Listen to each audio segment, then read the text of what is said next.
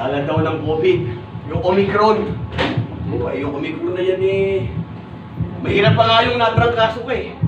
Di ba? Siya, pag ikaw ay natrangkaso, ilalagnat ka, giniginaw ka, sakit ang buo mong katawan. Eh, last 3 weeks, naging positive ako dyan eh. Pero nag-i-exercise ako, naliligo ako, nagsusub ako, gusto kong pumasok, ayaw naman ng amo ko. Kasi yung tawakalta ko, pula. Eh, pero wala naman ako nararamdaman sa katawan kasi lahat ng mga tao namin nag-positive eh. Sabi ng amo ko, magpa-swab ka. Nagpa-swab ako. Eh di, after 2 days eh, pumula na yung aking tawakanan. Ganun pala yun mga kapatid, no? Hindi yung sakit ang papatay sa'yo eh. No? Kundi yung isip mo, yung takot. Kasi nung makita kong pula yung tawakanda ko, ang pakiramdam ko hindi na ako nag-i-exist sa mundo. Ang pakiramdam ko parang pinagdidirihan ako ng kapwa. Ganon, dahil may corona to eh. Tapos ang isa pang nakakalungkot na nangyari, nagsarawat si Sister B, nag-iintay lang ako sa labas. Sabi ko, ano ba ito, Lord? Yun yung, doon ako parang halina. Pero nung sinabi ko na, Lord, corona lang ito. Ano? Mas matindi yung corona ang nasa iyo. Di ba? Yung corona ng Panginoon? Di ba? Pero hindi yan yung topic natin. Ang sabi po dito sa ano natin, sa ating pag-aaralan sa umagang ito, no? Sabi niya sa Lucas 6:27-36, alam niyo naman, sino po yung, sigurado naman, lahat tayo rito, positive. No? Positive na nagkaroon ng kaaway, simula na maging tao tayo. Di ba? Positive tayo na nagkaroon tayo ng kaaway. Ako nga eh. Di ba kahit, sa palagay niyo ba, kahit na kami tumatayo na rito sa pulpito o nagme-mensahe, hindi kami nagkakaroon ng katampuhan, hindi naman away. Katampuhan o kasamaan ng loob. Pero natatapos din naman yon, no? Kaya tayo lahat dito, positive tayo. Di ba? Positive tayo lahat na nagkaroon tayo ng kaaway. Sa totoo lang, sa aminin natin siya hindi, na mula nung maging tao tayo. Ang kainaman nga lang, nung bata tayo, nung tayo maliliit pa, pag nagkaroon tayo ng kaaway natin, hindi tayo nagtatanim ng sama ng loob. Di ba? Yun yung kagandahan noong tayo mga bata. Eh ngayong matatanda na, nako, ewan ko. Hindi mo ba? No? Kaya, kung minsan kasi, loving someone can be easier. Diba? Napakadaling magmahal ng ibang tao. Mas madaling mahalin ang asawa mo kapag nakikita mong masipag at nakikita mong nilirespeto ka. Tapos inaasikaso ka. Diba? Pagdating mo eh, nakahanda yung pagkain mo, yung pampaligo mo, yung damit mong pang bahay. Yan, di ba? Mas madaling pagsabihin yung mga anak natin kapag nakikinig sila sa atin. Amen. Di ba? Tuwan-tuwa tayo. Mas madaling sumunod sa utos sa mga magulang natin kapag alam mo, ibinibigay nila ang gusto mo. Di ba mga kapatid? Mas madaling itian at kumustahin ang isang kasama sa church kapag masarap siyang pakisamahan at magaling siyang makitungo sa kapwa. Amen. Itian mo nga yung katabi mo. Ganyan na ako. Gandahan yung ngiti nyo. Gandahan yung ngiti nyo, ha? Mas madaling sundin at mahalin ang mga leader at pastor natin kung alam mong ikaw ay paborito nila. Di ba? Di ba mga kapatid? Amen. Amen. Dahil kahit nahihirapan ka na, dahil ikaw ay lagi yung nakikita ni pastor, binibigyan ka ng mga assignment sa church lagi. Abay, kahit na pagod ka na, sunod ka pa rin na sa gulod, hindi ka makapagreklamo. Sa harapan ng pastor mo, pero pag taligod mo, nagmumurmur ka. Di ba? Mas madaling bigyan ng ulam ang kapitbahay natin kung kahapon lang ay binigyan din nila tayo ng ulam. Hallelujah. Di ba? Di ba mga kapatid? Ngayon, kung may tatanawin tayong utang na loob sa isang tao, pakinggan niyo po ito. Kung may tatanawin tayong utang na loob sa isang tao, mas madali sa atin ang magbigay ng tulong kapag ka sila naman ang nangangailangan. Amen. Bakit? Para makabayad tayo ng utang na loob. Di ba mga kapatid? Amen. Di ba? Pero kung ang magtutulak sa atin para mahalin o maging mabuting tao tayo sa iba, no? O dahil sila ay kapamilya natin, madali silang pakisamahan, mahihirapan tayo kapag ibang tao na yung pakikitunguhan natin. Di ba? Mahihirapan tayo kapag ibang tao na yung pakikitunguhan. Lalo na kung salbahe yung tao na yun. Lalo na kung lagi kang hinihiyak, chinichismis, lagi kang laging sumasama ang loob mo sa kanya. Di ba? Mas madaling pakisamahan ang kaibigan, pero paano kung ang kaibigan mo yung nakasamaan mo ng loob? Paano kung yung kaibigan mo ang nakagalit mo? Di ba? Marami sa atin dyan, kaibigan pa nga natin eh. Siya pa yung nakakagalit natin eh. Di ba? Totoo, totoo. Amen. Best friend mo ba yun? Sa bagay, sa isang samahan, hindi maganda ang samahan kapag walang ganun. Di ba? Pagka nanumbalik yung pagsasama ninyo bilang magkaibigan at nagkaunawaan kayo, bakit nangyari mga bagay na yun, lalong tumitibay. Eh, paano kung hindi na magkabalikan? Sira na. Di ba? Break ng dulo yan. No? Paano kung ang boyfriend mo o girlfriend mo, ito, Ano ganito yan? ang hindi naging faithful sa'yo, o asawa mo ang hindi naging faithful sa'yo? Ha? Kulatan ako. Paano kung kasama mo sa church ang nagchichismis sa'yo? Di ba?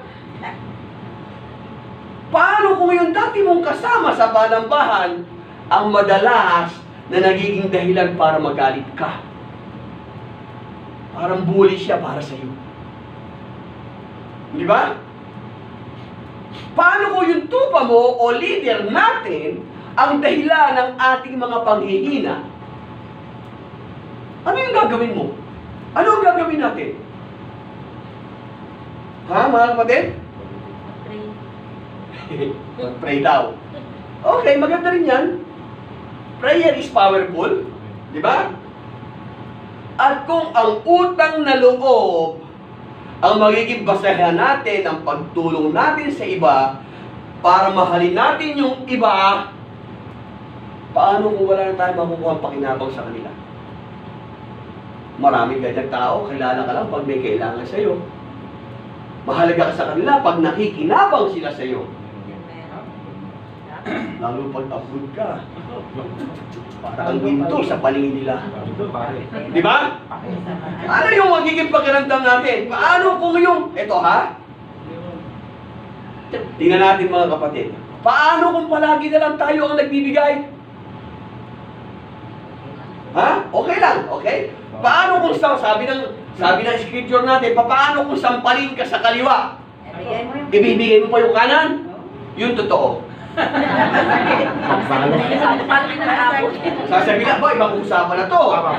Ibang usapan ka na, nakakasakit ka na. Di ba? Di ba? Yun totoo. Ibibigay mo yung kanan mo para pasampal ka uli? Never. Never. Yan yung tao. Kanya taliwas yung pinagagawa natin sa sinasabi sa Biblia. No? Alam lang natin ang salita. Pero hindi natin magawa. Hindi natin masunod. Di ba? Ibibigay mo pa yung kanan mo kung namumula na yung kaliwa mo. Kung halos matanggal yung panga mo sa pagsampal sa'yo, patatanggal mo pa rin ba yung panga mo sa kanan? Para pantay? Parang napaka-imposible, no? Di ba? Paano kung yung hiniram sa'yo? Eto na. Kung hiniram sa'yo, tapos hindi na binalik. Paano kung yung pahiram na narinig mo sa kanya noon ay naging pahingi na ngayon? Ano gagawin natin? Now, in those cases, loving someone can be tougher, okay? Much more Typical. Napakahirap pagka ganoon. Di ba?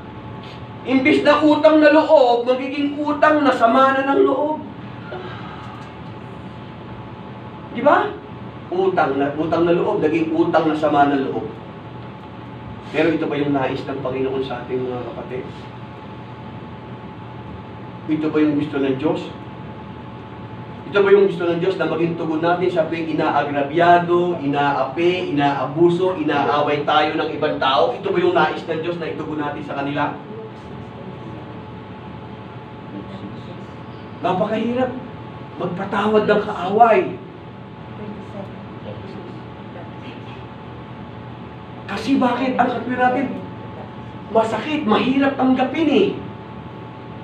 Napakahirap. Kahit ako'y naranasan ko yan eh, nararanasan namin. Napakahirap magpatawad ng kaaway, lalo na kung kasama mo sa loob ng iglesia. Bakit? Kasi ang expectation nyo sa bawat isa, napakataas. Kasi, alam mo, salita ng Diyos niya, hindi niya gagawin yun eh. Pero doon mo nakikita sa mga taong gano'n. Di ba, mga kapatid? Alam ba natin ang salita? Amen. Yung totoo. Alam ba natin? Amen. Parang tatatlo, apat lang kayo na kami. Natawa kayo ng tawa. Kayo, di ba? Ito ba yung nais ng Diyos sa atin sa tuwing inaabuso tayo ng ibang tao? Ang nais ng Diyos ay love your enemies. Di ba? Yan yung title. At yung tema, I am an enemy to my enemies.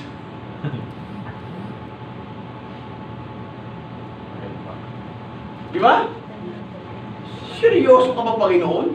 Gusto mo talaga, Panginoon, na mahalin ko yung kaaway ko na sumapak sa akin kailan lang? Gusto mo pa yun, Lord?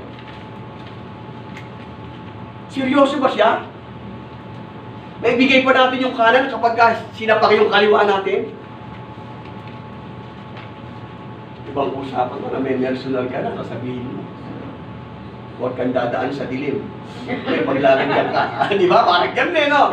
Pagdaan mo sa dilim, maglalaho ka. Di ba? Seryoso ka ba, Lord, na mahalin ko yung aking kaaway? Talaga?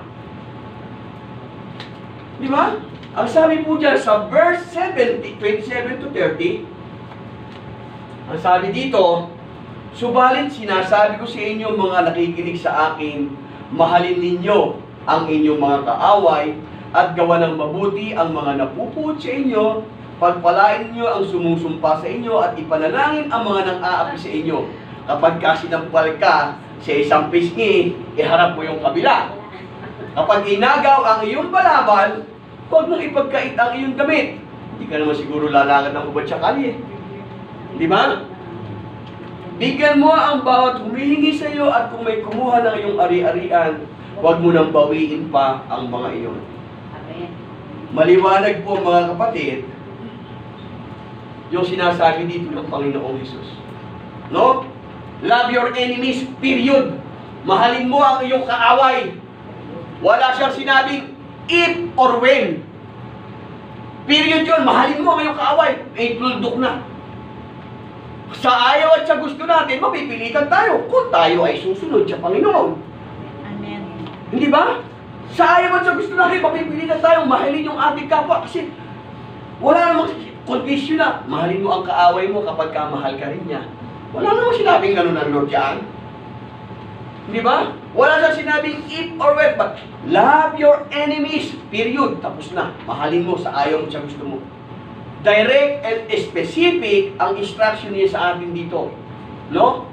Pero siyempre, tayo mga tao kasi mahilig mag-demand eh.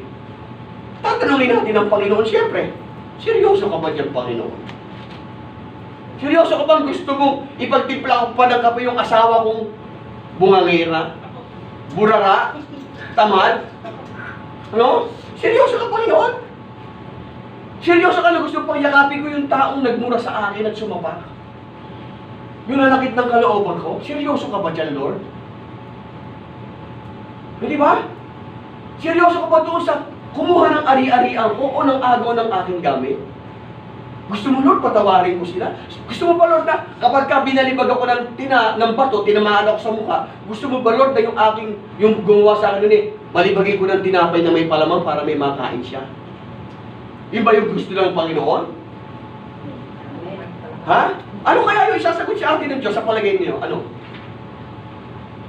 Amen. Sabi na, Lord, yes, of course, I'm not joking. Love your enemies. Talaman granada. Di ba? Yan yung sasabihin ng Lord sa atin Treat your enemies as family. Treat strangers as friend. No? Treat your angry brother or sister like you belong to the one family. Yun ang nais ng Panginoon. No? Napakahirap mo yata doon pinagagawa ng Diyos sa atin. No? Ang hirap nun. Kahit ako mahihirap. Hirap din ako Nung maranasan ko yun, hirap na hirap ang kalooban ko. Pero wala akong magawa. Kasi sabi ng Diyos, mahalin mo ang iyong kaaway. Period. Di ba? Walang kondisyon dyan.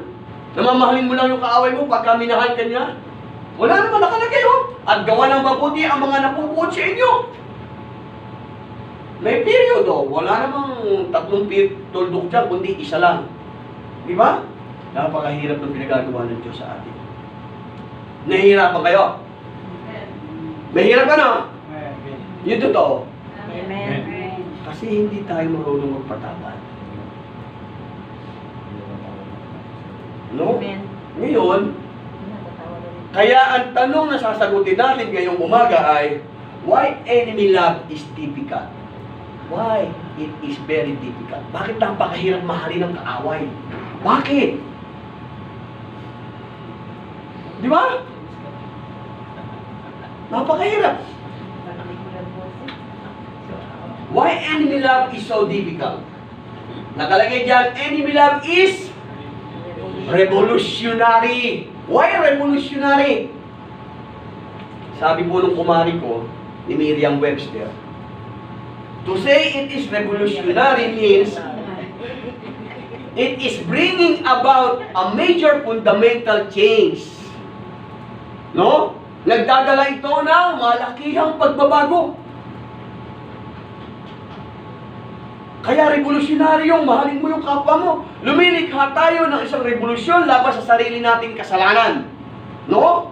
At makasariling hilig na mahalin lamang ang mga nagmamahal sa atin. Gawan lamang natin ng mabuti yung mga taong gumagawa ng mabuti sa atin. No? Gantihan natin ang pakinabang yung mga taong pinakikinabangan natin. Yan tayo Hindi ba? Ibig sabihin, mahirap talagang ibigin ang kaaway, mga kapatid. Dahil nangangailangan ito ng pagpapakumbaba, pagsuko, matinding pagbabago sa ating mga isipan at puso. At napakahirap magpatawad, lalo na kung napakasakit ng naranasan mo. So, totoo lang. Di ba? Sino yung nakaranas ng tinuturing mong kaibigan at kapatid yun po yung makakasakit ng kalooban. Ha? Yung sabihin mo, magkapalitan na kayo ng mukha, halos sa araw-araw magkasama kayo, isa kayo halos ng plato na kinakainan, nagbibigayan kayo ng kung ano-ano, pero dumating ang isang pagkakataon na kayo ay nagkaroon ng samaan at galit sa bawat isa. Ano yung mararamdaman mo? Wala ko na. Pero pinatawad pa Diba? Napakasakit. Masakit! Kasi ang taas ng expectation ninyo sa bawat isa. Na hindi mo dapat inaasahan, makikita mo sa kanila. Maririnig mo sa kanila. Kaya hindi mo maiiwasan, hindi natin maiwasan na sumakit ang kalooban natin at kumulo yung dugo natin. Kahit konti lang. Pero bilang mga anak ng Diyos, dumarating yung pagkakataon na kailangan natin kainin yung mga pride natin. Kailangan natin ibaba ang ating sarili. Kailangan natin humingi ng tawad at magpatawad, magsisi. No? Ngayon, tingnan natin isa-isa Yung 8 utos sa verse 27 to 30, ano yung 8 utos dyan? Kung bakit ito matatawag na revolutionary. Una, mahalin ninyo ang inyong kaaway. Di ba? Ito yung general command na sumasakop sa mga susunod na utos dyan, mga kapatid.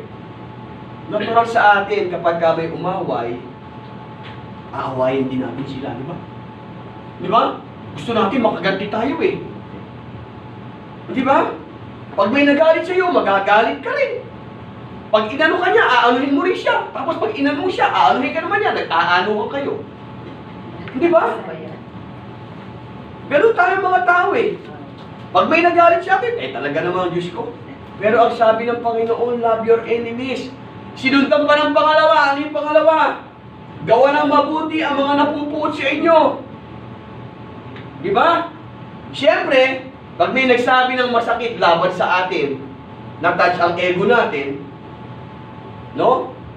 Siyempre, hindi tayo matutuwa. Di ba? Hindi tayo matutuwa. Lalo na kung nagkakamalas-malas ang buhay natin, tapos aasarin ka pa. Kaya sino ba naman matutuwa, no? Di ba? Gusto natin kagad gumanti tayo. Di ba? Pag pinagsabihan ka ng pangit, mas pangit ka. Ginagatin natin eh, no? Pangu ka, mas pangu ka. Sakal ka, pili ka naman. Oh. Di ba? Ganun tayo mga tao eh. Di ba? Mahilig tayo makipagpalitan ng mga salita. Di ba? Sabi ng Panginoon, no? Igaganti natin ay ang salitang maganda. Halimbawa, sinabihan ka ng pangit, uy, ang salamat naman. Di ba? Ang sobra mong pogi o gwapo, pero ang salita mo may pagka-sarcastic, sarcastic ang dating. Di ba?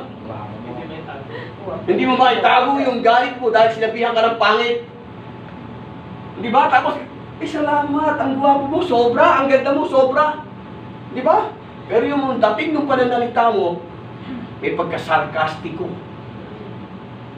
Alam niyo yung sarkastiko, yung sarcasm na may pagka-rude, magaspang, parang galit. Di ba? Parang gano'n eh. Pangatlo,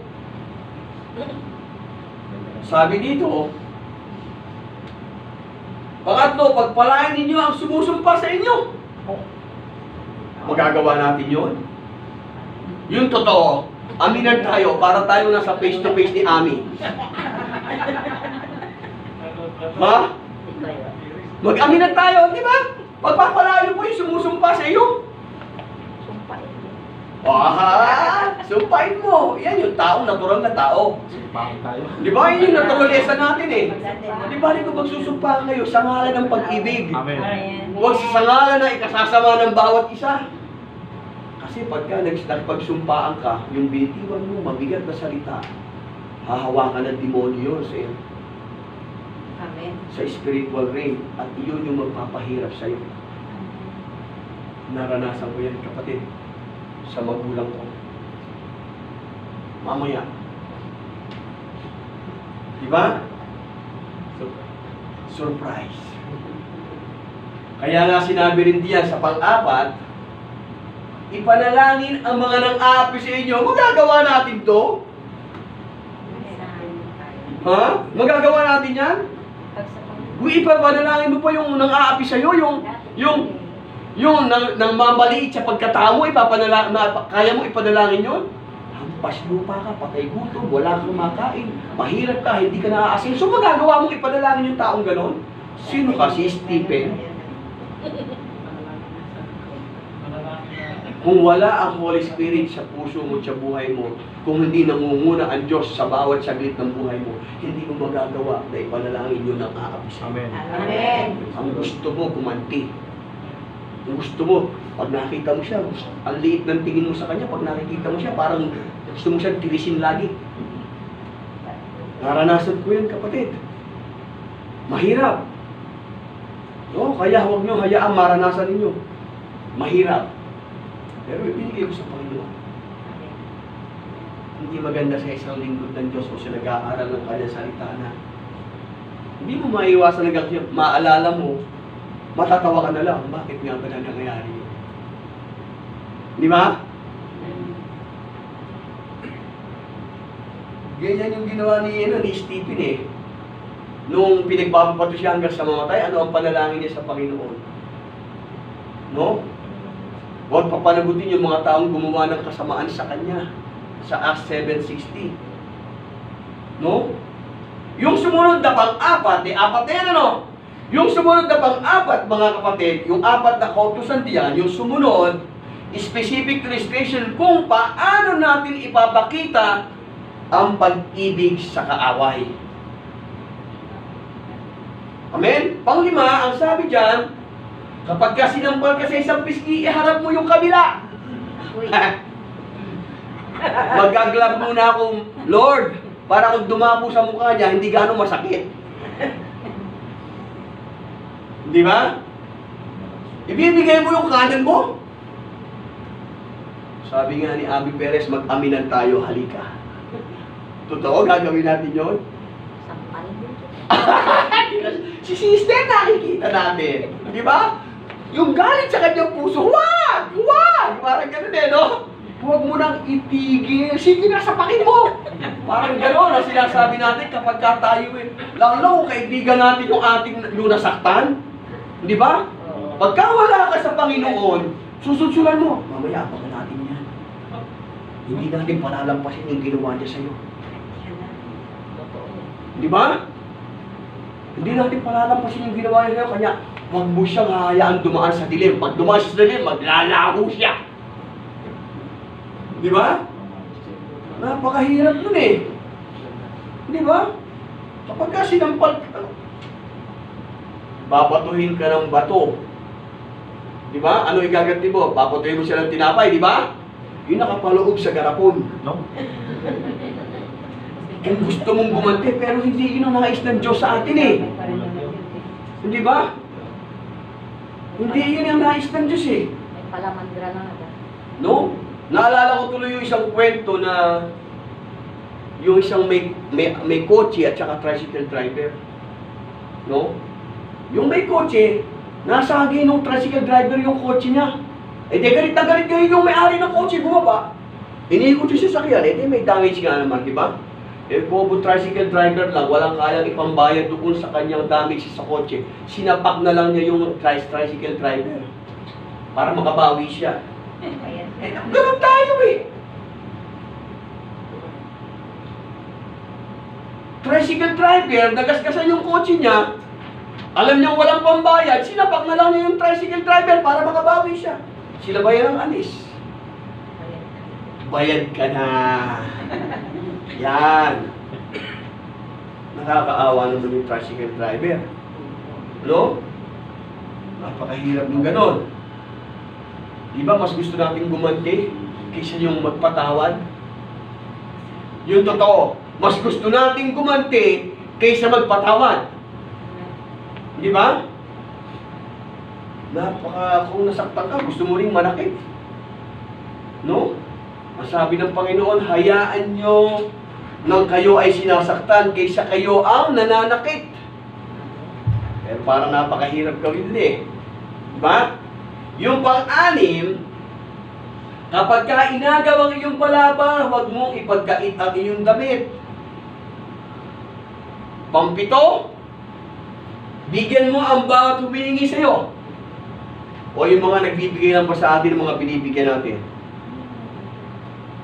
Ha? Pagka wala na tayong makuha sa kanila, itsapwera na rin sila. Hindi na natin sila pinapansin. No? Yung pang-walo, kung may kumuha ng iyong ari-arian, huwag mo nang bawiin pa ang mga iyon. Tayo kasi ayaw natin na may nawawala sa atin. Di ba? Pera man yan, oras man yan, o anumang bagay yan, ayaw natin may nawawala, ayaw natin may mapupunta ito sa iba. Gusto kagad natin, pagka nawala, hanapin, palitan, ganito, ganito. Ibalik mo ngayon din yan. Kung hindi, magiging patay na kuko ka. Di ba? Ibalik mo yan, yung kinuha mo, ibalik mo ngayon yan. Kung hindi, makikita mo. Di ba? Naalala ko tuloy yung nanay ko nung araw. Pinabili ko ng suka. Eh, siguro mga 5 years old ako noon. Pinabili ko ng suka, eh, umuulan. Nadapa ako, nabasag yung bote. Tumusok dito, pumuon dito yung bote, no? Nawala yung piso, eh, ang halaga ng piso nung araw. Nung 5 taon ako, 1970s yun, mga kapatid. May piso ka, ang dami mo na mabibili, pwede ka na mamiliin din ng isang basket. Eh, umuulan, nawala yung piso. Hindi ko makita. Umuwi ako, dumudugo ito ko. Nung sinalat kong ganun, kaya pala may dugo, nandoon yung bubog. Tapos sabi ng nanay ko, hindi niya alam na may bubog ako dito. Kala niya, nasugatan lang. Bumalik ka ron sa pinanggalingan mo. Hanapin mo yung piso, pag hindi mo nakita, makikita mo. Eh, hindi ko nga makita, paano ko makikita? Hindi ba? Ibig sabihin, tatama ka yan.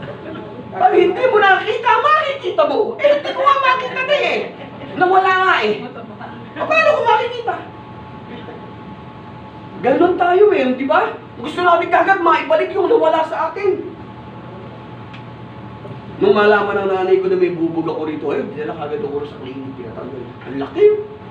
Ang laki. Naawa pa siya sa akin. Kala ko papaluin ako eh. Susunod. Di ba? Ayaw natin may nawawala sa atin eh. Sabi niya, Panginoon, hayaan niyo may mawala sa inyo. Kaysa naman kayo ang aagaw sa ibang tao. Amen. Hindi ba? Napaka-revolutionary na matatawag yan, mga kapatid. Yung 8 na yan, napaka-revolutionary. Di ba?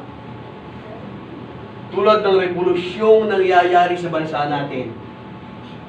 Gusto nilang patalsikin si Duterte para daw mabago ang gobyerno. Sino ba ang gobyerno? Hindi ba tayo? So ano ang dapat na magbago? Tao, di ba? Hindi yung gobyerno. Kasi kahit na sinong ilagay mo dyan, kung hindi magbabago ang tao, yun pa rin, yun ang pauulit-ulit. Di ba? Kaya hindi dapat gobyerno ang magbago, yung tao ang dapat na magbago. Kaya pinatatalsik nila si Duterte, ang gusto. Ang galing lang na, ang daming nagawa ng Duterte, di ba? Amen. Hindi naman ako pro Duterte. Pero marami siyang nagawa. Pero Duterte pa rin ako talaga. Di ba? Jesus is asking you now, who is the Lord of your heart? Sino ang Panginoon ng iyong puso? Si Jesus? Malalaman natin. Okay. Who is Lord of your heart? Who will be the Lord of your heart? Ang sabi ng Panginoong Jesus. Enemy love is radical. Why radical? Bakit radical? Enemy love, it is also difficult because it is radical. Sabi ng kumari ko, ni Miriam, radical means to be marked by a considerable departure from the usual or traditional. No? Ang pag-ibig sa kaaway ay ibang-iba sa mundo. Hindi sumusunod sa Panginoon. The Lord Jesus is calling us to be radically different. No? Maging kakaiba tayo. No? Bilang mga nakakaalam ng kanyang salita, maging kakaiba tayo sa pagtrato sa ating mga kaaway. Kundi yung kung ano yung ginawa sa'yo, gagawin mo rin. Di ba? Maging kakaiba tayo sa pagtrato sa mga din kaaway natin. Kaya nga yung Book of Matthew, nakalagay doon, narinig din yung sinabi, ibigin mo ang iyong kapwa at kamuhian mo ang iyong kaaway. Ngunit ito naman ang sinasabi ko, ibigin ninyo ang inyong mga kaaway at ipanalangin ang mga napupuot o umuusig sa inyo. Amen. Kaya ba natin yun, mga kapatid? Praise the Lord. Ha? Marami sa atin nakikiuso sa tagbo ng panahon. Lalo na pagdating sa gadget. Maganda yan. Katibayan lang yan na umuunlad tayo. Di ba? Meron kang iPhone 11, bibili, nakakita ka ng iPhone 12, bibili ka. Eh, hindi pa nalulunga yung iPhone 11 mo. Nakakita ka, may iPhone 12 ka na, nakakita ka ng iPhone 17, bibili ka ng iPhone 20. Meron na po nun? Wala pa, no? Magpagagawa ko na mamaya. Gusto natin laging updated tayo. Hindi ba? Gusto natin lagi yung lagi tayong in kung ano yung Meron. meron ang mundo ngayon. Hindi ba? Napakahirap, pero kung yung patungkol sa pagtrato sa ibang tao o sa mga kaaway natin, hindi tayo dapat na nakikiayon sa mundo. Amen? Amen. Romans 12:2, sabi diyan, do not be conformed to the pattern of this world, but be transformed by renewing, sabi diyan, by renewing of your mind. Di ba? Yan yung kailangan natin eh. Inihihiwalay tayo ng Panginoon sa takbo ng mundo ito sa pamamagitan ng salita na to. Unti-unti tayong binabago, kaya nga ang simula ng Lucas 6:27 ay ano? But I say to you who hear, love your enemies. Iyon yung simula. No? Sa mga nakikinig sa akin, mahalin ninyo ang inyong kaaway. Yan ang sabi ng Panginoon. Parang sinabi ng Diyos na, you are different to others. Kakaiba ka. Hindi ka dapat nang aaway kapag ka inaaway ka. No? Hindi ka nakikipagpalitan ng masasakit na salita kapag ka pinagsasabihan ka ng masasakit na salita. Di ba? Hindi, pero yung totoo, kaya ba natin gawin yun? Yung totoo, kailangan tawagin ko si Ami Perez para mag-aminan tayo. Napakahirap. Diyos ko, mahirap gawin yun kung wala ang banal na espiritu sa ating mga puso. Amen. Kung wala sa ating mga buhay, napakahirap. No? In verse 32 to 34, ang sabi dyan, kung ang nagmamahal lamang sa inyo ang inyong mamahalin, ano pang gantimpala ang inyong hihintahin? Ang mga makasalanan ay marunong din magmahal sa mga nagmamahal sa kanila. Kung ang mga nagmamabuti lamang sa inyo ang inyong gagawa ng mabuti, ano pang gantimpala ang inyong hihintahin? Kahit ang masasamang tao ay gumagawa rin niyan. Kung ang makakabayad lamang sa inyo ang inyong pauutangin, ano pang gantimpala ang inyong hihintahin? Kahit ang masasamang tao ay nagpapautang din sa kapwa nila masama, sa pag-asang sila ay mababayaran din. Naalala ko tuloy ang Pastor Ber, madalas. Pag wala kayong pera, lumapit kayo sa kanya, ang sabi niya, at mananalangin kayo. Di ba? Halimbawa, si kapatid, walang pera. Hindi, hihingi ka kay Lord. Lord, sino ba yung wala po akong pera ngayon, kailangan ko nito. Of course, hindi naman pababagsakin ng Lord ang pera sa harapan mo mula sa langit, sa harapan mo babagsak. Hindi gagawin ng Diyos yun. Dahil hindi siya genie na pag humingi ka, ay nasa harapan mo. Gusto ko na malaking rep. Lalo na ng Lord, nasa harapan mo na rep. Hindi gagawin ng Lord yun.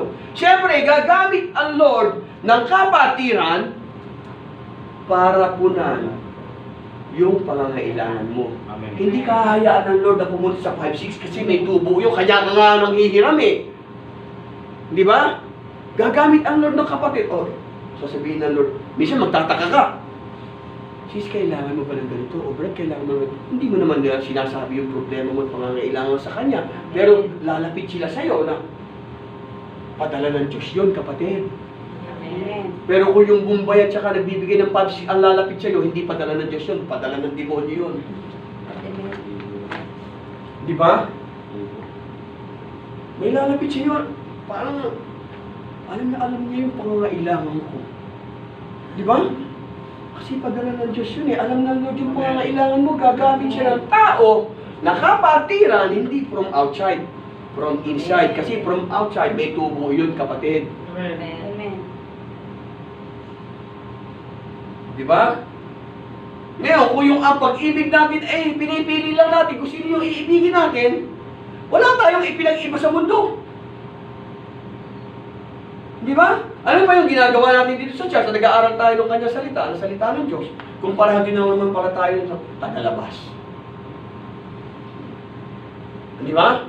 Paano lang kung yung may bagong dating dito sa panambahan? Siyempre, wala siyang kakilala. Tapos nakaupo lang siya mag-isa, walang kumakausap, daan-daanan. Sa palagay niyo, babalik pa ba yun? Hindi na. ko rin naman pala makakita sa loob yung nahanap ko sa labas eh. Hindi na ako babalik doon. Di ba? Kaya nga, dapat mahal din natin yung estranghero. Hindi yung kung mag-estranghero na, hindi na natin siya kakausapin, hindi na natin papansinin. Hindi ba mga kapatid? Sabi sa Matthew 5:47, at kung ang binabati lamang ninyo ay inyong mga kapatid, ano ang nagawa ninyong higit kaysa iba? Ginagawa rin ito ng mga hentil. Alam niyo ba yung hentil kung sino? Tayo yun dati. Hindi tayo kasama sa pangako ng kaligtasan noon, pero nang dahil sa kalooban ng banal na Espiritu at ayon na rin sa plano ng Diyos, naging kabahagi tayo ng kaligtasan ng mga Israelita. And now we are spiritual Israelites. Naniniwala kayo doon? Amen. Amen. Di ba? Luke 6:35, ang sabi dyan, love your enemies. Pinapakitang iba dapat tayo kung magmahal ng kaaway. Hindi yung babantaan mo siya, tatakutin mo siya, kahit na hindi mo kayang gawin, pagsasabihan mo siya. Parang takutin lamang siya. Di ba? Ano ba yung pinagkaiba natin sa kanila? Hindi ko sinasabi na madaling gawin yung mga bagay na ito mga kapatid, na mahirap. Mahirap magmahal ng kaaway. Sino yung nasaktan na ang kalooban dito? Magtaas ng kamay. Yun totoo. Amen. Lahat tayo, hindi sa... Huwag kayong mahiya. Di ba? Lahat tayo nakaranas ng sakit ng kalooban. Di ba? Walang exempted dito. Kaya nga tayo positive eh. Lahat tayo eh. Di ba? Lahat tayo nakaranas ng pait at sama ng loob nang dahil sa mga kaaway natin. Kasalanan man natin o hindi, nakaranas tayo. Di ba? Kaya mahirap eh. Love your enemy, love. Kaya yung enemy love is napakahirap. No? It is radical and revolutionary. Napakahirap yan. Kaya kung aawayin ka ng tupa mo o ng kapatid mo sa iglesia, bago ka sumagot at magtampo, tanungin mo yung sarili mo. No? Ano yung tatanong mo sa sarili mo? Ano ang kaibahan ng gagawin ko sa gagawin ng isang hindi tagasunod ng Panginoong Jesucristo o ng isang di mananampalataya? Ano yung pagkakaiba natin sa kanila? Kapag ka tayo nagagalit. Ha? Ano yung kaibahan? Wala. Hindi tayo dapat itinuturing na mananampalataya o nag-aaral ng salita ng Diyos kapag gagawin natin pag napagsabihan tayo, magtatampo tayo, magagalit, hindi na tayo dadalo sa iglesia, wala na. Ayaw mo nang makita o marandig ang pangalan ng tao na yun, ayaw mo. Sira na yung maghapon mo pag narinig mo yung kanyang pangalan. Nangyari sa akin yan nung araw, mga kapatid, nung may workshop ako doon. Nangyari sa akin yun. Pero ang pinagawa, pero lumipas muna yung maraming taon. Nung hinog na, sabi ng Lord, puntahan mo yung tao na kagalit mo. Yun ang kasamaan mo ng loob. Pinuntahan ko siya. Kasi parang inampung ko siya noon eh. Hindi naman ako mekaniko, pero nagbukas ako ng workshop para sa kanya. Kasi TNT sila mag-asawa. Tapos nakita ko sa kalagitnaan ng pagtakbo, hindi pala totoo. No? Kaya nagalit ako. No, siguro nasa Southeast pa kami noon. Kaya nung hinog na yung panahon, sabi ng Lord, puntahan mo. Kaya pinuntahan ko yun. Pinatawad ko, niyakap ko, pinausap ko. Hindi gumaan ang pakiramdam ko. Amen. Di ba? Importante yun eh. Huwag mo munang pipilitin habang masakit pa. Kapag ka maluwag na sa kalooban mo na magpatawad, pero kailangan daglian yan. Kasi kung hindi ka nagpapatawad, may mangyari sa iyo, hindi mo na makita liwanag ng sikat ng umaga. Yun, hindi ka makakapasok sa kaharian ng langit kasi hindi ka nagpatawad. Pero kung alam mo naman na kailangan pang maghilom habang tumatakbo ang panahon, kasi ang Lord patuloy tayong binibigyan ng pagkakataon eh. sa bawat umaga na pagtilat ng mata natin, panibagong pagkakataon at pag-asa yan. Kaya huwag natin sasayangin. Kaya nung ginawa kong pinuntahan yung tao na yon, umiyak siya. Nahingi siya ng patawad siya. Sino ba naman tayo para hindi magpatawad? Pero ngayon, ang tao, tinan mo naman ang buhay. Ewan ko nasaan na sila ngayon, wala na rito. TNT yun eh. Noong araw. Hindi naman ako mekaniko, pero nagbukas ako ng workshop para sa kanila. No? Siguro mga year 2001, 2002, yun. Dito. Malapit lang dito. Musrepa din. Yung likod ng Al-Amudi, Al-Amudi yung Movement Peak Hotel. Yung likuran ng puro workshop noon araw yun eh. No? So, ano yung kaibahan natin kung hindi natin mapapakita na iba talaga tayo bilang mga lingkod ng Diyos? No? Magiging pareho ba tayo nila? Magiging katulad ba nila tayo? O kung may pinaiinggitan tayo sa trabaho o sa loob ng iglesia at naninira sa iyo, tanungin mo ulit yung sarili mo. Dapat ba ako mainggit sa Kanya? At ano naman ang dapat na ikainggit ko at ikapagtampo ko sa Kanya? Mas maganda ba ang kilay mo sa Kanya? O mas maganda ang kilay niya sa iyo? Mas malalaki yung Kanyang alahas kaysa sa iyo? Ha? Mas ang buhok mo may blondie kaysa sa Kanya? O, hindi ba? Mas malaki ba ang sweldo niya kaysa sa iyo? Yun ba yung dapat natin ipagtatampot, ikaiingit sa kanila? Hindi naman dapat, di ba? Ngayon, napakaraming bagay, mga kapatid, no? Na ginagawa natin na mahirap din naman eh. Yun lang, magtrabaho ka na sobra-sobra sa oras. Di ba? Yung tumakbo ka ng 5 kilometeran kahit na ikaw ang magbayad. Di ba mga kapatid? Kasi alam mo, in the end, may pakinabang kang makukuha kanya kahit nahirap ka na ginagawa mo. Yung magtrabaho ka ng sobra sa oras, alam mong overtime yun, babayaran ka. Pakinabang mo yun sa bandang huli. Yung kahit na magbayad ka ng entry, for example, 1,000 pesos, para makatakbo ka ng 5 meters kilometer run, dahil pag nanalo ka, meron ka 25,000 na premyo. Lahat gagawin natin para sa sarili natin kapakinabangan, di ba? O, ano yung pagkakaiba natin sa iba? Tapos pag inutusan ka ng leader mo, ng pastor mo, ng kapatid mo, okay lang. Opo, yes, opo. Puro ka opo, puro ka opo. Puro ka yes. Pagdating naman, nagmumurmur ka. Puro lang ako nagbubukas ng plato. Puro lang ako naglilinis dito. Di ba? Puro lang ako nagbabakyum. Wala namang iba dyan. Pero pagkakaharap mo yung kapatid mo, o yung leader mo, o yung pastor mo, nakatawa ka. Kahit nahirap ka na, nagmumurmur ka. Pagtalikod mo, man pleaser, pakitang tao, hipokrito, Plastic. yan, Tupperware. Di ba? Magandang plastic. Maganda-ganda yung Tupperware kaysa sa plastic. Halataan yung plastic eh. Tupperware ka eh. Di ba? Ganun eh. Alam natin na may pakinabang tayo at masasatisfy tayo bandang huli. Dahil kahit na magbayad ako, tatakbo ko ng 5 meters kilometeran. Ito yung entry ko 1,000. Alam ko, tatalunin ko sa kanila. Tatalunin ko sila, mabilis ako tumakbo eh. Eh, ang target mo, hindi naman yung makatulong ka sa fundraising eh. Kundi yung ang target mo, yung makuha mo yung 25,000 dahil pakinabang yun sa'yo. Di ba? Ganun tayo mga tao. Gusto natin kahit tayo ng kahit, ayaw nating makakahigan. Now,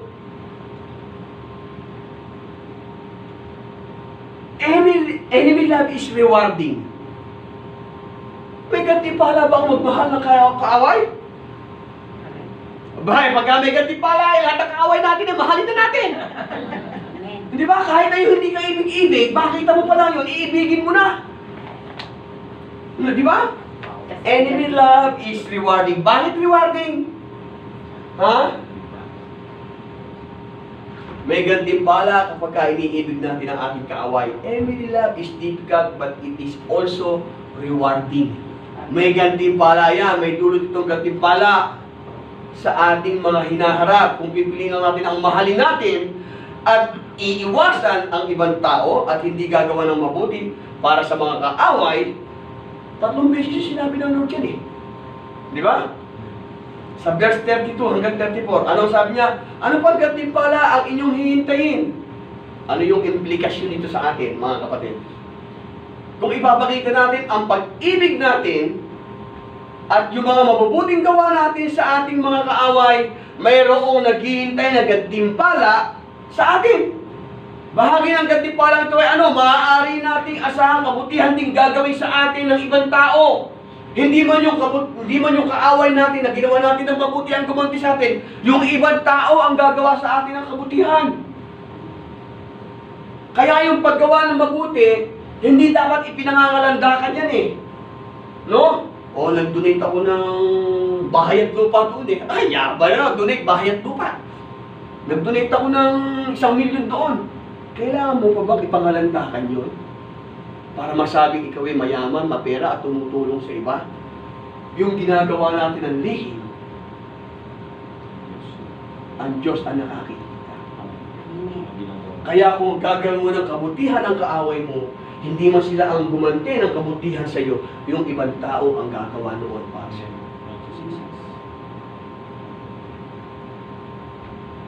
Bahagi ng sabi dito, this seems to be motivation behind the command in verse 31. Ano ang sabi sa verse 31? Gawin ninyo sa inyong kapwa ang nais ninyong gawin nila sa inyo. Gumawa ka ng mabuti, aani ka ng mabuti. Gumawa ka ng kabuktutan, aani ka ng kabuktutan. Gumawa ka ng masama sa kapwa mo, gagawin ka ng masama ng kapwa mo. Manglamang ka, lalamangan ka rin. Di ba? Mang-ano ka, aanuhin ka rin. Ganun yun. Kaya kung ano yung, sabi nga, what you sow is what you reap. Kung ano yung itinanim mo, siya mong aanihin.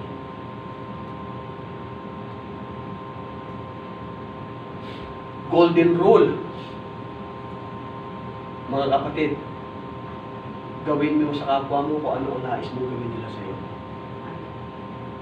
Ganon din sa verse 38 hanggang 37, ang sabi dyan,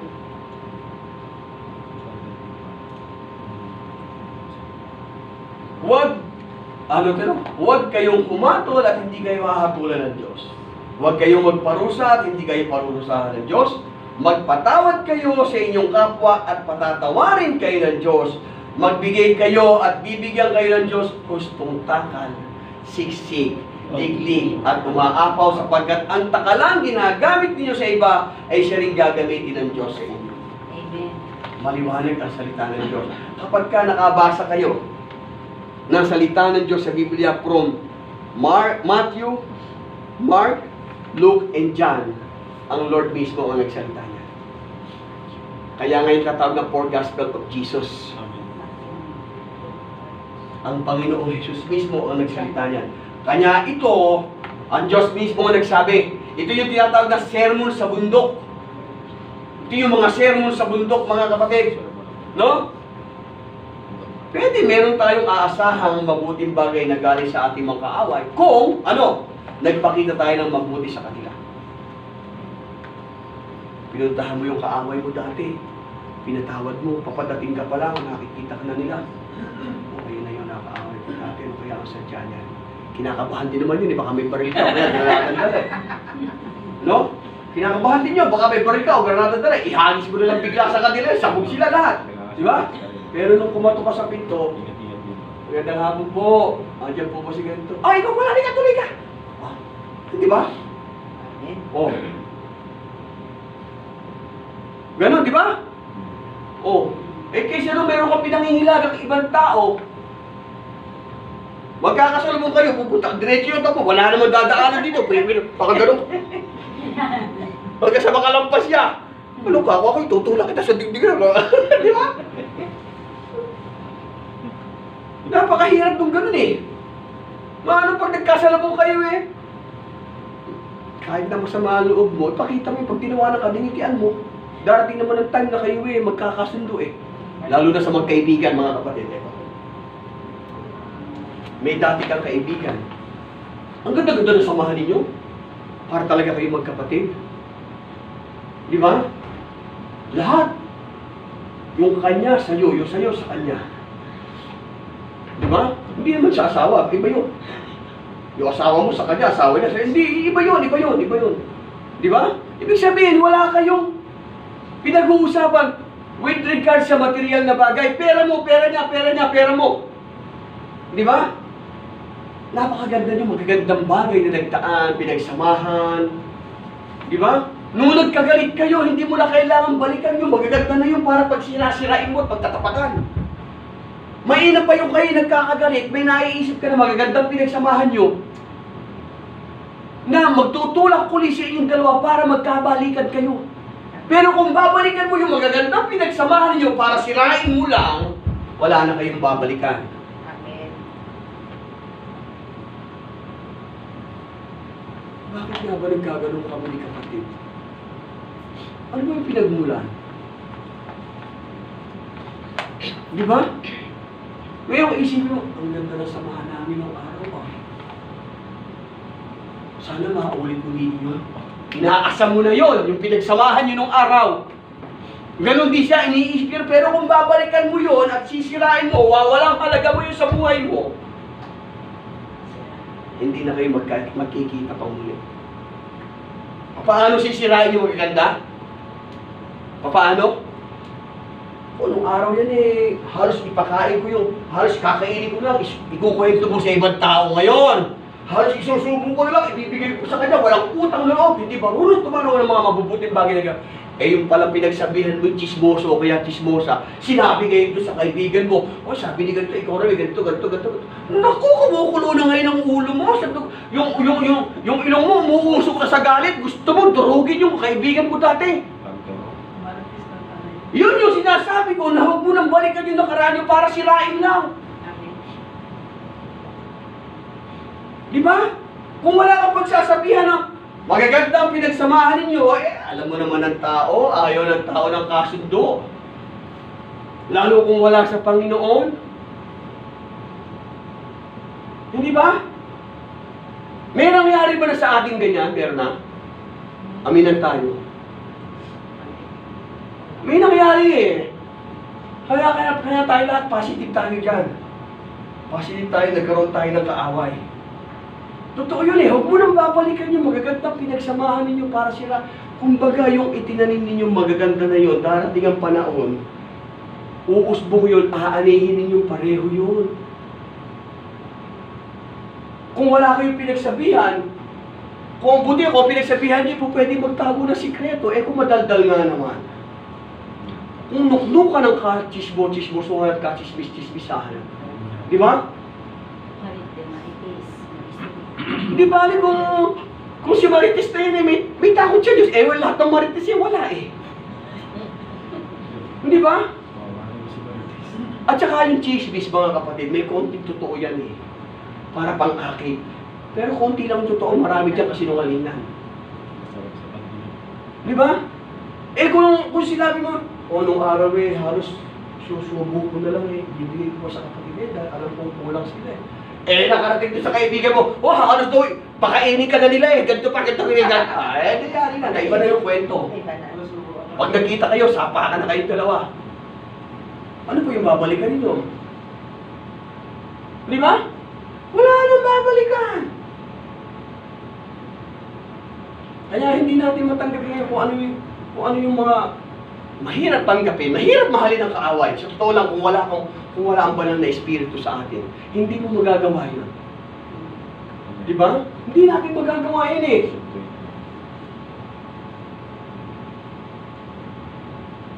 Now, will you love your enemies? Yung totoo. Depende. Hindi na siya depende. Depende saan? Depende sa sama. Kung mamahalin niya ako, di mamahalin ko rin siya. Ba? Parang hindi tama sa isang mananampalataya yung gano'n. Taliwas. Di ba? Taliwas. Di ba? Enemy love is reflective. Nagre-reflect yan sa buhay natin. Kapag minamahal natin yung ating kaaway, no? Makikita yan sa outcome ng ating pamumuhay. Kung tayo nga ba ay nagmamahal sa ating kaaway. Binanggit ng Panginoong Jesus, kung ano ang isa sa mga rewards dito, kung ibigin natin yung ating mga kaaway. Sabi diyan, sa gayon, malaking gantimpala ang tatamuhin ninyo at kayo magiging anak ng kataas-taasan Diyos. Ibig sabihin, kahit pala dumadalo tayo rito na dumadalo araw-araw, practice, prayer, meeting, kung ano-ano, kung meron kang kaaway na hindi mo maibig, hindi ka pa anak ng Diyos.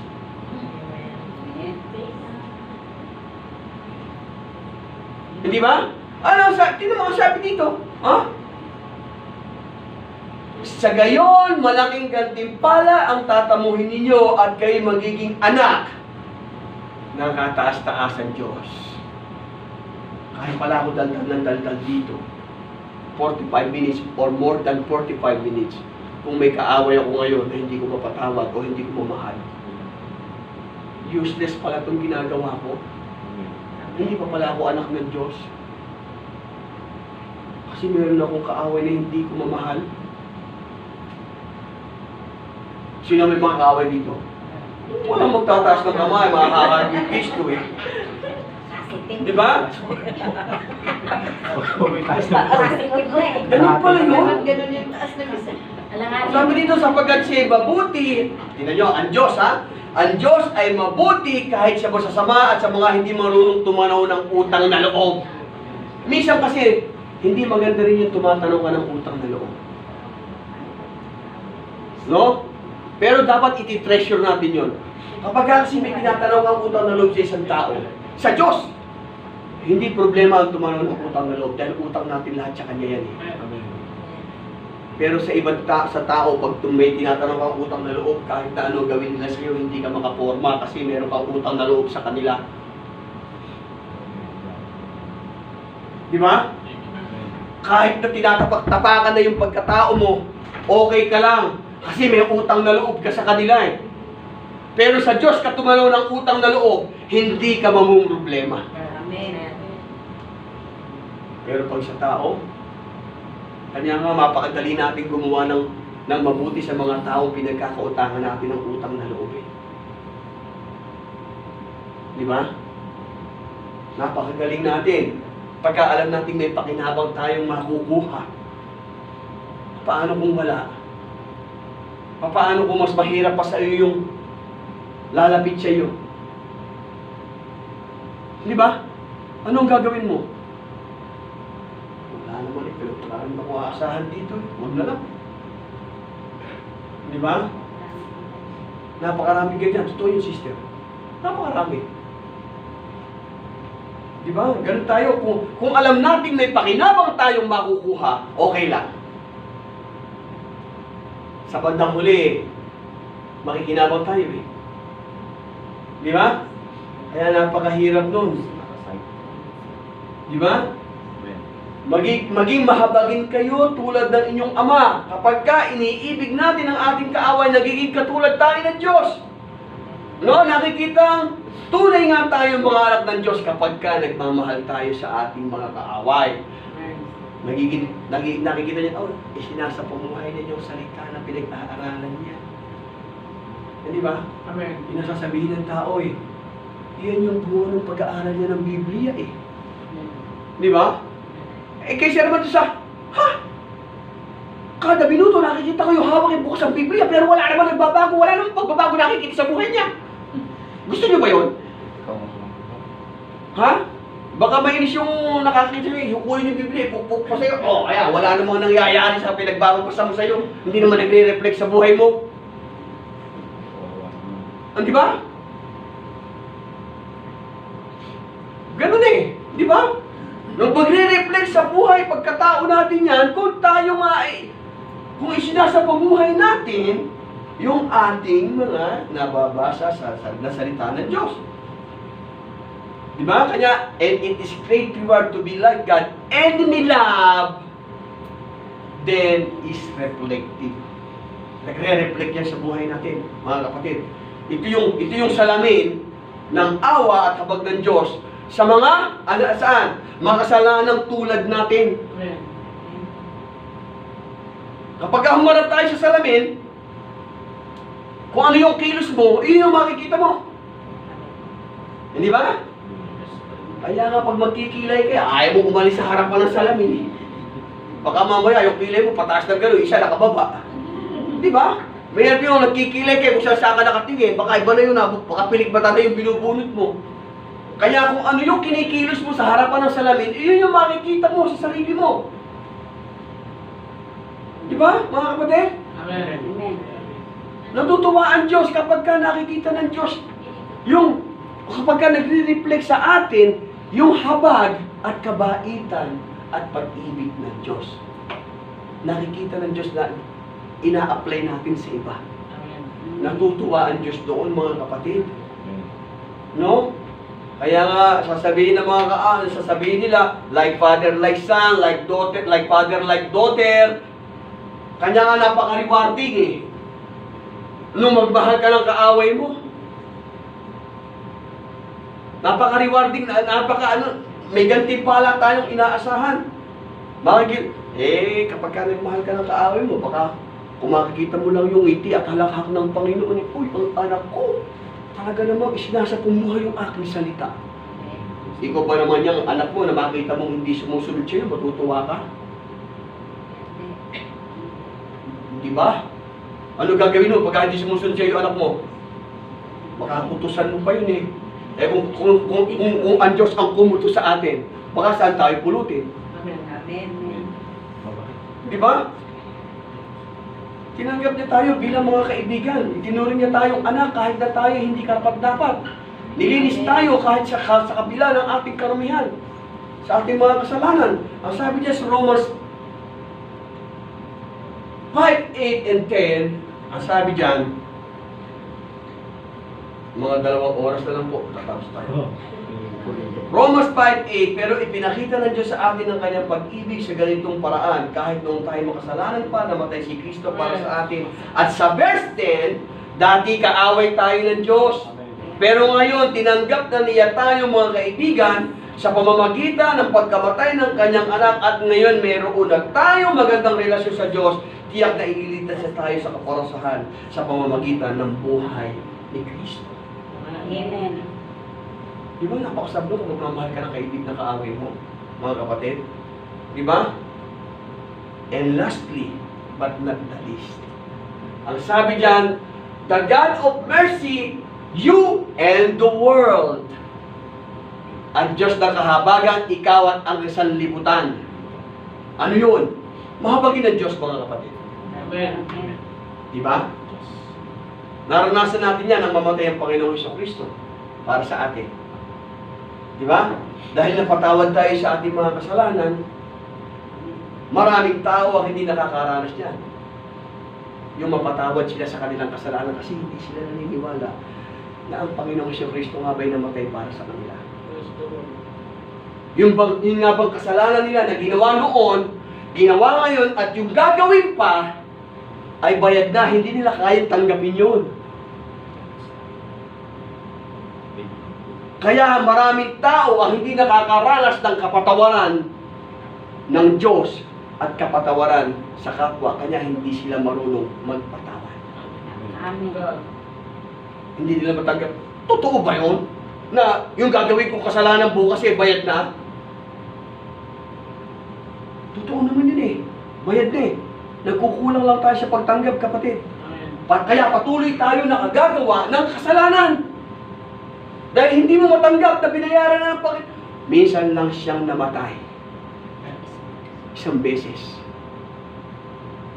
Nung ipako siya sa krus, sinabi niya, it is finished. Ibig sabihin, naganap na ang lahat, bayad na ang lahat. Hindi niya sinabing, to be continue. Kung sinabi niya to be continue, baka si kapatid, bukas siya na ipapako sa krus. Hindi ba? Baka ako yung susunod na ipapako sa krus kung sinabi ng Panginoon na, to be continue. It is finished, ang sabi ng Panginoon. Hindi ba mga kapatid, kaya isang beses lang siyang napatay. At ngayon nabubuhay, nakaluklok sa kanan ng Diyos Ama sa langit. Amen. Kaya hindi natin po pwedeng ipagpaliban, no? Yung pagmamahal sa kapwa. sa kaaway. Dahil kung ang Panginoong Jesus gusto niyang gumanti sa mga nagpahirap sa Kanya hanggang siya mamatay, wala nang tao rito sa mundo. Amen. Dahil tayo man, wala na rito. Kasi isa tayo sa dahilan kung bakit siya naipako sa krus. Amen. Tanggap niyo ba yun na isa tayo sa dahilan? Amen. Amen. Di ba? Isa tayo sa dahilan kung bakit natako ang Diyos sa krus. Mga kapatid. Kaya mahirap mang gawin. No? Gagawin natin at ipapakita natin ang pag-ibig sa ating mga kaaway para makita sa atin yung refleksyon ng Ama. Di ba? Amen. Upang makita nila yung habag ng Ama sa atin sa pamamagitan naman ng awa natin at pagmamahal sa iba. Mahirap gawin. Mahirap gawin. Napakahirap. Ako nagsasabi sa inyo, mahirap gawin. Bakit? Kasi nangangailangan ito ng ano? Ito yung kailangan dyan eh. Nangangailangan ng pagpapakumbaba, pagpapatawad at malaking pagbabago sa ating pag-uugali at puso. Mahirap gawin ang magmahal ng kaaway kung hindi natin, kung wala sa atin yung pagpapakumbaba at pagpapatawad. Pastor Lord. Mahirap gawin. Mahirap mga kapatid. Nasabi ko kanina yung sumpa. Bilang pagtatapos, magkukwento na lang ako sa inyo, no? Magkukwento na lang ako bilang pagtatapos. Noong araw kasi, may kuya ko eh. Pangalawa ko sa panganay. Hindi kami magkasundo ng kuya ko, simulan sa pool, magkabata kami. Dumating yung time na magkahawak. Noong araw yung bahay namin may balag. Alam niyo yung balag? Yung kapagan ng gulay, upo, patola, gano'n. May time na pinagtali ng tatay ko yung dalawang tigis ng kamay namin ng kuya ko. Sa balag na yun, sa poste. Suntukan kami, umiikot kami sa poste, nakatali yung kamay namin, isa suntukan kami. Siguro mga... Sabi nila, hindi ako parumbado akong anak. No? Madalas kami, kasi iba kasi ugali ng kuya ko eh. Ako, iba rin ang ugali ko. Ayoko nung mga ligoy-ligoy na ano, ayoko nung mga palikuli kong lansangan. No, ang kuya ko, ganun eh, simulat siya puli. Ngayon, umidad kami ng 17 ko. 19 ang kuya ko, may asawa na siya. Nag-aaral ako nun siguro sa Malolos. Third year high school ako. O graduating na ako ng high school. No? Nag-away kami. Buti din yung away namin. Mga kapatid. Nahawakan ko yung bote ng suka, halos ipukpok sa ulo niya. Sumigaw lang yung hipag ko. Galit na galit ang nanay ko sa akin. No? Sabi ng nanay ko sa akin eh, napakabarumbado mo, lapastangan ka. Sabi sa akin gano'n, ano? Tama naman yung sinabi ng nanay ko, na kung ang kuya ko nung ipinanganak eh, namatay ang nanay ko, hindi na ako magiging tao. Tama naman yun, di ba? No, ngayon, kaya siguro sa sama ng loob ng nanay ko, mga kapatid, nabitawan ng nanay ko yung salita na dahil sa kabarumbatuhan mo, gumapang ka mang parang ahas sa paghahanap buhay. Hindi ka aasenso. Ang bigat nun.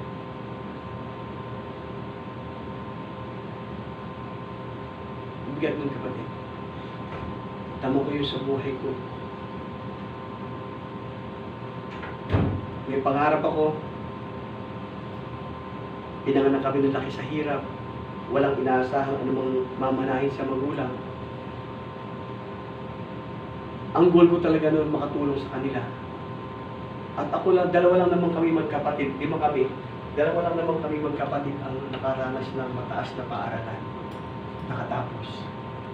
Kaya ako at saka yung bunso namin, nag-aaral ko yung bunso namin habang namin dito. Dumating ako rito 1990. binata.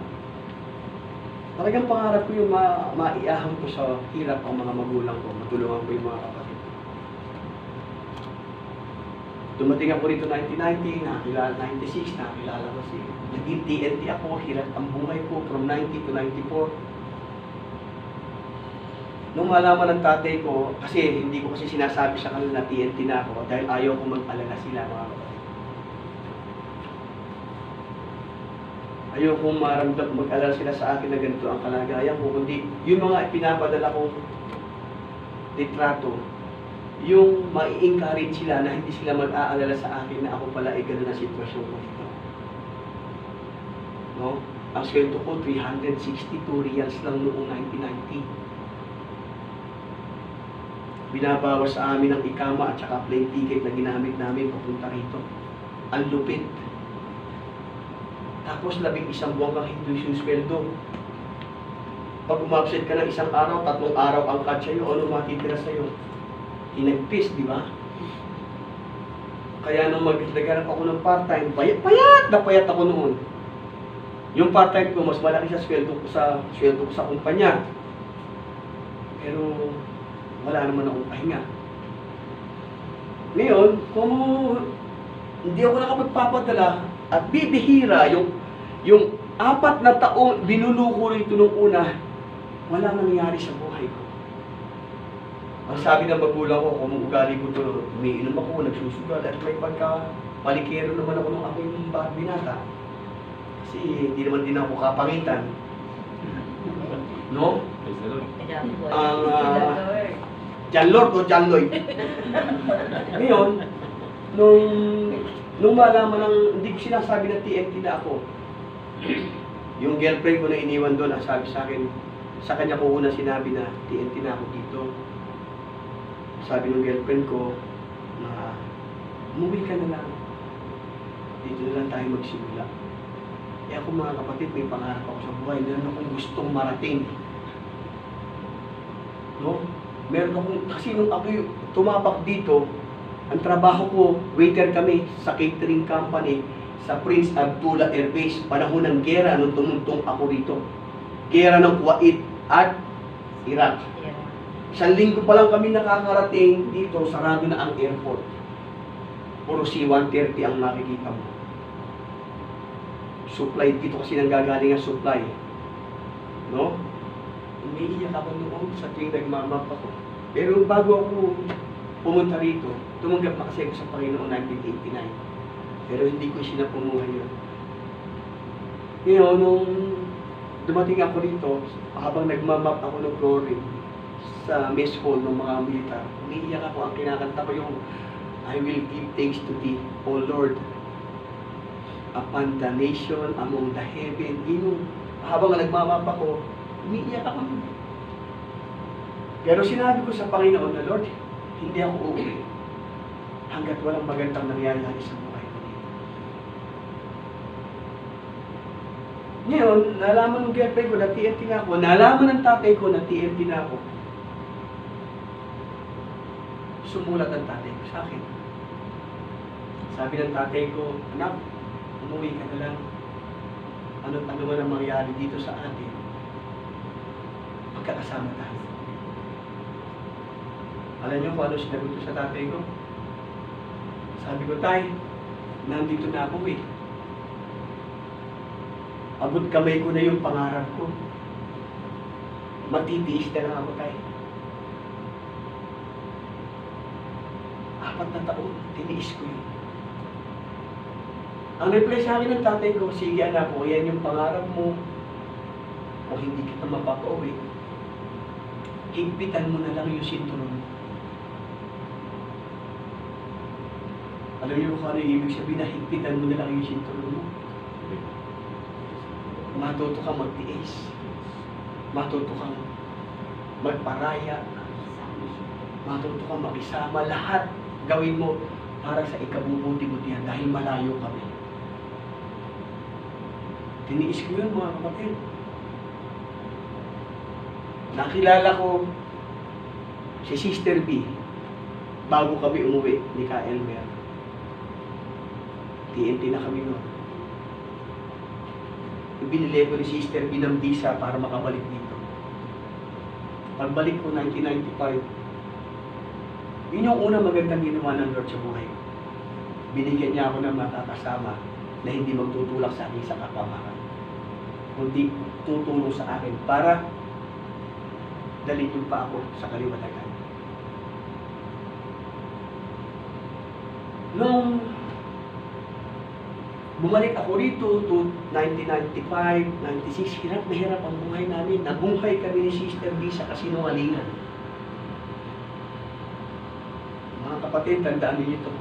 Kahit na dumadalo kayo rito, kung hindi maayos ang relasyon ninyo sa Panginoon, lalo na sa mag-asawa, nagsasama kayo ng hindi kasal, out of marriage, galit na galit ang Diyos na. Fornication yan at adultery. Pagpasok mo sa bahay na inuupahan namin ni Sister B, makikita mo yung kwartong malaki, nakatrahe, di boda siya, naka-Amerikana ako. Kunwari, kasal kami. Bumili kami ng peking marriage contract para may maipakita lang kami. Bigat na bigat ang buhay namin.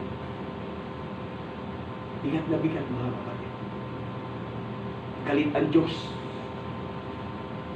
Huwag niyo sabihin na nakakaraos kayo sa araw-araw dahil meron kayong source of income. Pero hanggang doon na lang kayo kung namumuhay kayo sa kasinungalingan. Sarado ang mata ng Diyos. Kaya huwag nating hilingin sa Diyos na pagpalain tayo kung ang buhay natin nasa lusak ng kasalanan. Dahil hindi naririnig ng Diyos yung dalangin natin.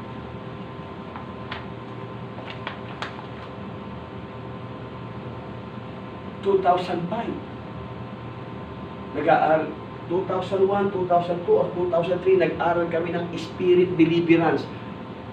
Dalawa na anak namin, hindi pa kami kasal dito. Mga kapatid. Pero binata at dalaga kami nung magkita. No? Kaya hindi namin, ang pastor Versace, customer namin sila sa catering namin ni Sister Bill noong araw. Hirap na hirap ang buhay namin noon. May restaurant ako dito, inuupahan, may mga catering kami, pero walang nangyayari sa buhay namin, wala kaming naipon lahat. Hanggang doon na lang kami, may source of income kami, baong kami sa utang. Wala kami, maski kahit na ano na itatabi sa bangko. Pag may pera ako sa bulsa, may problema sa Pilipinas, pinalalaya sila sa bahay, nakakulong yung kapatid ko. Dahil doon sa salitang binitiwan ng nanay ko, na gumapang man akong parang ahas, hindi ako magtatagumpay sa buhay.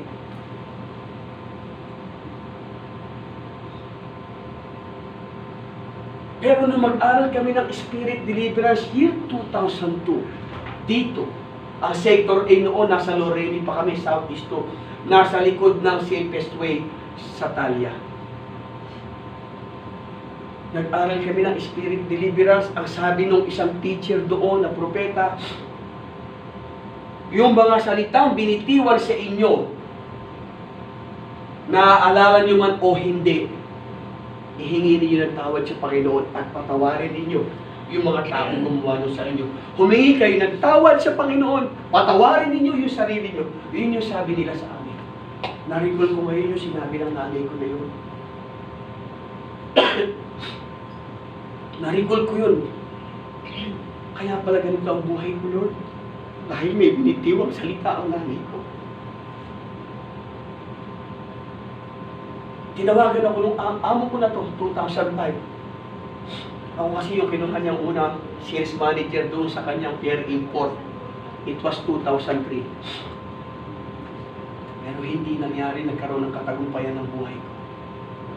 Sinarado niya yung kumpanya niya, sabi niya, Eddie, sasarado ko na yung kumpanya ko kasi yung aking partners, kinuha na yung kanyang share.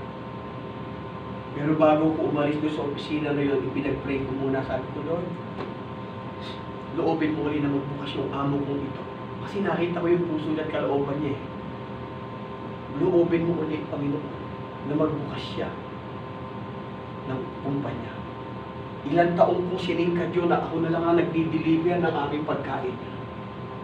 Umiiyak ako, nagdadrive ako, hindi ko alam, tumutuloy yung luha ko dahil namatay yung dalawa kong kapatid. Ni kantila, hindi ko nakita. Dapat-dapa kami dito ni sister. Dahil namumuhay kami sa kasinungalingan. Alam na mga kapatid, kasal kami pero hindi. May dalawa kaming anak, pero illegal sila dito.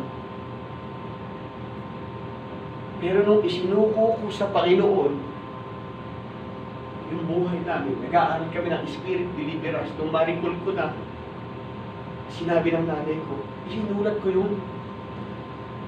Ano? 17 years old ako. Nung sinabi ng nanay ko yun sa akin. Nung maricol ko yun, 2003. Nung magkaroon ng manifestation sa buhay ko, 2006.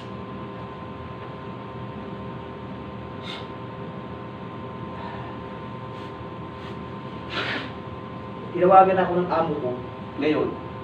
Kasi nakita niya yung pagmamalasakit ko sa kumpanya niya noon. Sabi niya, i-manage mo yung mga property ko. Sabi niya, yung sweldo na ibibigay sa iyo, tama lang sa pangangailangan mo. Sabi ko, yes sir. Nung maricol ko yung sinabi ng nanay ko na yun, itinayip ko yun sa computer. Pinadala ko sa kanila, galit na galit sila sa akin. Akala nila sinusumbatan ko yung magulang ko. Sa totoo lang mga kapatid, magmula nung umalis ako 1990 hanggang year 2005, kapag ka nag-uusap kami ng nanay ko sa telepono, umiiyak ang nanay ko. Bakit? Hindi ko man siya diretsahang minumura, pero nagmumura ako habang nag-uusap kami. Napakasakit siya isang magulang. Yung makarinig ka ng mura sa anak mo. Tumulo ang luha ng magulang ko dahil sa sama ng loob sa akin. At isa pa yun siya nagpabigat sa buhay ko. Ang bigat ng buhay ko noon. Pero ang dako mo, ang prayer ko sa Panginoon, Lord, pagtungtong ko ng 40 years old, baguhin mo ang takbo ng buhay ko. 2005, October 11, naging 40 years old ako. From that day, nung maliwanagan ng nanay ko, ng tatay ko, ng mga kapatid ko, yung isinulat ko sa kanila, tumawag sa akin si Gary, yung kapatid ko, pinapunta ko rito. Di ko, Eddie, kapag ka may nangyari kay nanay, nung hindi pa siya nakakarating dito, pag may nangyari kay nanay, sa sinulat mo, hindi ka namin papatawag. Tinawagan ko yung kapatid ko. Sabi ko, huwag kang magsasalita na hindi mo nalalaman kung ano yung sinasabi. Tapos, nung naunawaan nila, after 3 months, tumawag silang lahat sa akin ang salita. Sabi ko rin sa sulat ko, Nay, ramdam ko yung bigat ng salita na binitiwan mo sa akin nung aking 17 anyos. Ano yun, anak? Sabi mo sa akin nung nag-away kami ni Kuya. Gumapang man ako para kahas, hindi ako magtatagumpay sa buhay ko. Alam niyo, salita ng nanay ko, anak, nasabi ko ba sa iyo? Inasalita ng nanay ko. Sabi ko na, oo, ramdam ko yung sinabi mo eh. Pwede na, bawiin mo yung sinabi mo. Bawiin mo. Nung marinig ko sa nanay ko at sa tatay ko na, anak, binabawi namin lahat ng salita na sinabi namin sa iyo na nagpabigat sa buhay mo. Natatandaan man namin ito o hindi. Binabawi namin ito. Patawarin mo kami, anak. Tapos, dumarinig ko yun, patawarin mo kami, anak. Sabi ko, tay, pinapatawad ko kayo. Ni nanay, pinapatawad ko kayo. Nung marinig ko na sinabi ng nanay ko na binabawi ko yung sinabi mo kung alas 12 ng tanghali yung sinabi niya, may naramdaman akong lumabas na napakalaking parang tinik sa pagkatao ko. From that day hanggang sa ngayon, ang buhay namin parang hinihipang lobo. Amen. Nag-o-overtake ang pagpapala ng Diyos hanggang sa ngayon. Kaya mga kapatid, huwag kayong magbibitaw ng salita. Sa kapwa natin, dahil kabibigat ng buhay, di ba? Kung meron man nakakaranas dito ngayon na kung nasa sitwasyon kayo na hindi maayos sa paningin ng Diyos, kung hindi niyo magagawang maayos, tigilan ninyo. Dahil sumpa yan sa buhay ninyo. Nagpapabigat yan. Hindi tayo uusad, hindi tayo aasenso habang may nakaharang na pader sa pagitan natin at ng Diyos. Galit ang Diyos. Nung inireveal ng Lord sa amin ng sister wife ko, una nilibig sa akin, na hindi ko yun pinansin. Magpakasal na kayo, sabi ng Holy Spirit sa akin. 2 linggo, in-ignore ko yun. After that, nag-reveal kay Sister B. Sinabi sa akin, sabi ko, sinabi na din sa akin yan, narinig ko na yan, na magpakasal tayo. Alam niyo kung sino unang tinawagan namin noon? Si Pastor Rolly. Kanya nga siya naging ninong namin eh. Sa kasal dito. Nung maayos ang relasyon namin ni Sister Vilma, mga kapatid, ang buhay namin parang itinutulak ng Panginoon sa pagpapala. Nakapagpuntay kami ng bahay, lupa, sasakyan, lupa. Hindi ko masasabi pero ang Diyos ang nakakaalam. Kaya mga kapatid, magpatawad tayo. Kung meron kayong sama ng loob sa magulang ninyo, asawa, kapatid, anak, umpisahan ninyo. Amen. Mahirap, pero kailangan natin gawin dahil ang Diyos hindi niya nagdalawang isip na patawarin tayo. Huwag niyo hayaan na lamunin kayo o kainin kayo ng galit dahil hindi makakatulong ito sa atin. Amen.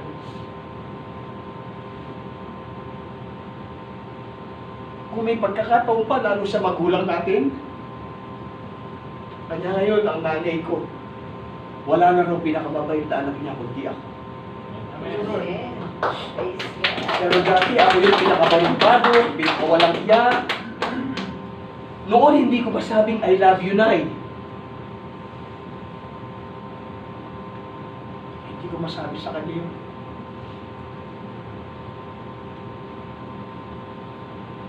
Napakabait ng Diyos, mga kapatid. Amen.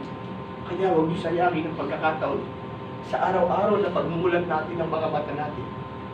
Huwag niyo sayangin. Kung magagawa niyo, tawagan mamaya o pagkatapos nito, yung kinagalit ninyo, kinaaway ninyo, o may sama ng loob kayo o sa inyo, gawin niyo. Hindi natin alam ang bukas. Pagpapala yung mararanasan natin, mga kapatid. Mabait ang Diyos. Hindi siya manghihinayang na pagpalain tayo. Amen. Amen? Amen. Isang palakpakan po natin.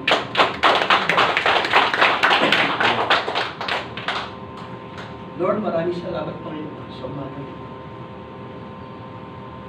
Salamat po, O Diyos, sa kabutihan mo sa amin. Salamat, Lord, sa bawat araw, pagkakataon na pagdilat ng aming mga mata dahil binibigyan mo kami ng pagkakataon para magpatuloy sa iyo, mahalin ang kaaway, magpatawad at matutong binigyan ka. Lord, itinataas ko po sa inyo yung mga kapatid ko namin. Kayo po ang nakakaalam ang sitwasyon ng bawat buhay namin. Yung mga pinagdadaanan namin, Lord, ng mga kapatid ko ito. Kayo ang nakakaalam. Huwag masayang yung ginagawa nilang pagpunta dito, Lord. Yung pakikinig ng iyong banal na salita, huwag masayang sa aming mga buhay. Dahil alam namin, Lord, na ito yung simula ng pagbabago mo sa amin. Katulad, Panginoon, na ginawa mo pagbabago sa buhay ko at sa buhay ng buo ko sa bayan. Iparanas mo rin ito sa kanila, Panginoon. Alam ko, mahal na mahal mo yung mga kapatid ko ito na kaya mo itinadako ang kanilang mga bayakan sa lugar na ito dahil mahal mo sila. Lord, pagpalaan mo po ang mga kapatid ko ito. Simula sa araw na ito, Panginoon, we will never be the same. Amen. Ito yung simula ng paglaya namin, Panginoon. Amen. sa hindi pagpapatawad, sa galit, sa sama ng loob, Amen. sa pagmamahal namin sa aming mga kaaway. Lord, magmanifesto ito sa aming mga buhay. Pagpalain mo sila, Lord. Patuloy mo yakapin ang aming mga kapatid. Sapagat hindi namin kaya, Lord, magpatawad kung wala ka. Amen.